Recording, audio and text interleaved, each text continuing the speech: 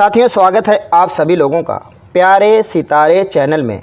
साथियों, आज की इस वीडियो में हम जानेंगे कि क्या है कक्षा 3 के भाषा से संबंधित निपुण भारत मिशन के अंतर्गत संचालित होने वाला 22 सप्ताह का कार्यक्रम, और साथ ही ये भी जानेंगे कि इस कार्यक्रम के अंतर्गत प्रत्येक सप्ताह हमें क्या करना है और कैसे करना है। तो चलिए शुरू करते हैं आज की इस वीडियो को और जान लेते हैं ये सब कुछ। साथियों, कक्षा 3 के भाषा के अंतर्गत 1 अगस्त से पूरे 22 सप्ताह तक हमें कुल 14 लक्षित दक्षताओं पर काम करना है। इन 14 दक्षताओं को कुल 4 भागों में विभाजित किया गया है, जिसमें पहला है मौखिक भाषा विकास, दूसरा डिकोडिंग, तीसरा पठन और चौथा है लेखन।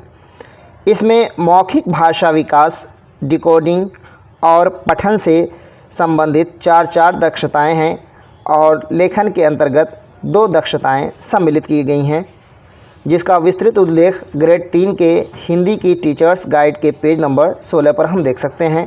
इन 14 दक्षताओं की प्राप्ति के लिए 91 शिक्षण उद्देश्य निर्धारित किए गए हैं।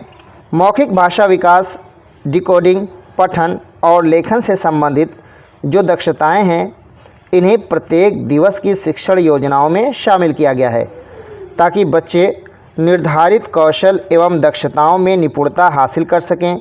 इसके साथ ही साप्ताहिक एवं दैनिक शिक्षण योजनाओं में सामाजिक एवं भावनात्मक जुड़ाव से संबंधित बातों एवं गतिविधियों को भी शामिल किया गया है। इसमें 3 ट्रैकर्स की भी व्यवस्था की गई है, जिसमें पहला है वार्षिक ट्रैकर जो प्रतिदिन चलेगा, दूसरा साप्ताहिक ट्रैकर और तीसरा सावधिक आकलन ट्रैकर जो 9वें और 18वें सप्ताह में होगा। साथियों, ये तो रही कक्षा 3 भाषा से संबंधित 22 सप्ताह के कार्यक्रम से जुड़ी कुछ मुख्य बातें। आइए अब जान लेते हैं कि हमें हर हफ्ते काम क्या करना है और उसे कैसे करना है। साथियों, 1 अगस्त से 22 सप्ताह तक दी गई शिक्षण योजनाओं के अनुसार ही हमें अपनी कक्षाओं में काम करना है।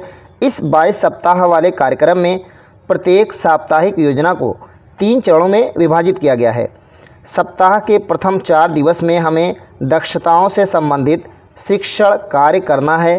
5वें दिन हमें पुनरावृत्ति से संबंधित कार्य करना है और 6ठे दिन आकलन एवं आगामी योजना के अंतर्गत रेमेडियल या पुनरावृत्ति से संबंधित काम करना है। इसी दिन कार्यपुस्तिका में मैंने सीख लिया नाम से दिए गए आकलन पत्रक पर हमें काम करना है। किए गए आकलन के परिणामों को हमें साप्ताहिक आकलन प्रपत्र में भरना है। सप्ताह के 6ठे दिन ही हमें बच्चों की कार्यपुस्तिका में दिए गए गृह कार्य वाले कार्यपत्रक को घर से पूरा करके लाने के लिए बच्चों को निर्देश देने हैं। साथ ही अपने सम्मानित अभिभावकों से संपर्क स्थापित कर उन्हें प्रेरित भी करना है कि अपने बच्चों को गृह कार्य में अपेक्षित सहयोग दें। हमें प्रत्येक सप्ताह 2 तरह के ट्रैकर्स भरने हैं। एक वार्षिक ट्रैकर जिसे हमें प्रतिदिन तीनों कालांशों पर काम करने के उपरांत भरना है।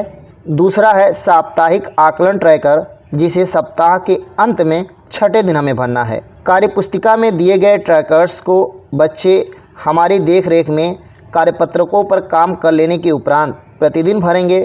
प्रत्येक सप्ताह के प्रत्येक दिवस का प्रथम कालांश मौखिक भाषा विकास से संबंधित है, दूसरा कालांश डिकोडिंग और तीसरा कालांश पठन से संबंधित है। इनसे संबंधित उपलब्ध कराई गई शिक्षण योजनाओं पर हमें प्रतिदिन काम करना है।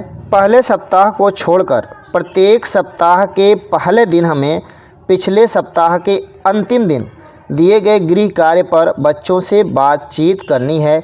उनके गृह कार्य की जांच के साथ आवश्यक सुझाव भी देने हैं। इस संबंध में हमें अपने सम्मानित अभिभावकों से भी बातचीत करनी है। हमें जो कहानी पोस्टर, कविता पोस्टर, बिग बुक, चित्र चार्ट, चित्र कहानी पोस्टर तथा कक्षा 1 से 3 तक के लिए सहज पुस्तिका उपलब्ध कराई गई है। इस सत्र में उन सब कहानियों, कविताओं, खेलों आदि पर काम करने के लिए आधारशिला क्रियान्वयन संदर्शिका में उपलब्ध संग्रह को भी उपयोग में लिया जाएगा। इन शिक्षण सामग्रियों का उपयोग हमें कब और कैसे करना है, इसका विवरण हमें प्रत्येक दिवस की शिक्षण योजनाओं में मिलता है।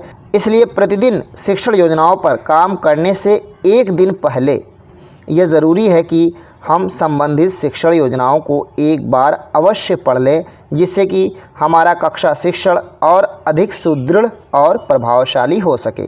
शिक्षक संदर्शिका तथा आधारशिला क्रियान्वयन संदर्शिका का भी एक बार हम गहनता से अध्ययन ज़रूर कर लें। तो साथियों, कैसी लगी आज की ये जानकारी कमेंट बॉक्स में लिखकर ज़रूर बताइएगा। चलते हैं, फिर मिलेंगे एक नई जानकारी के साथ। तब तक के लिए बाय बाय।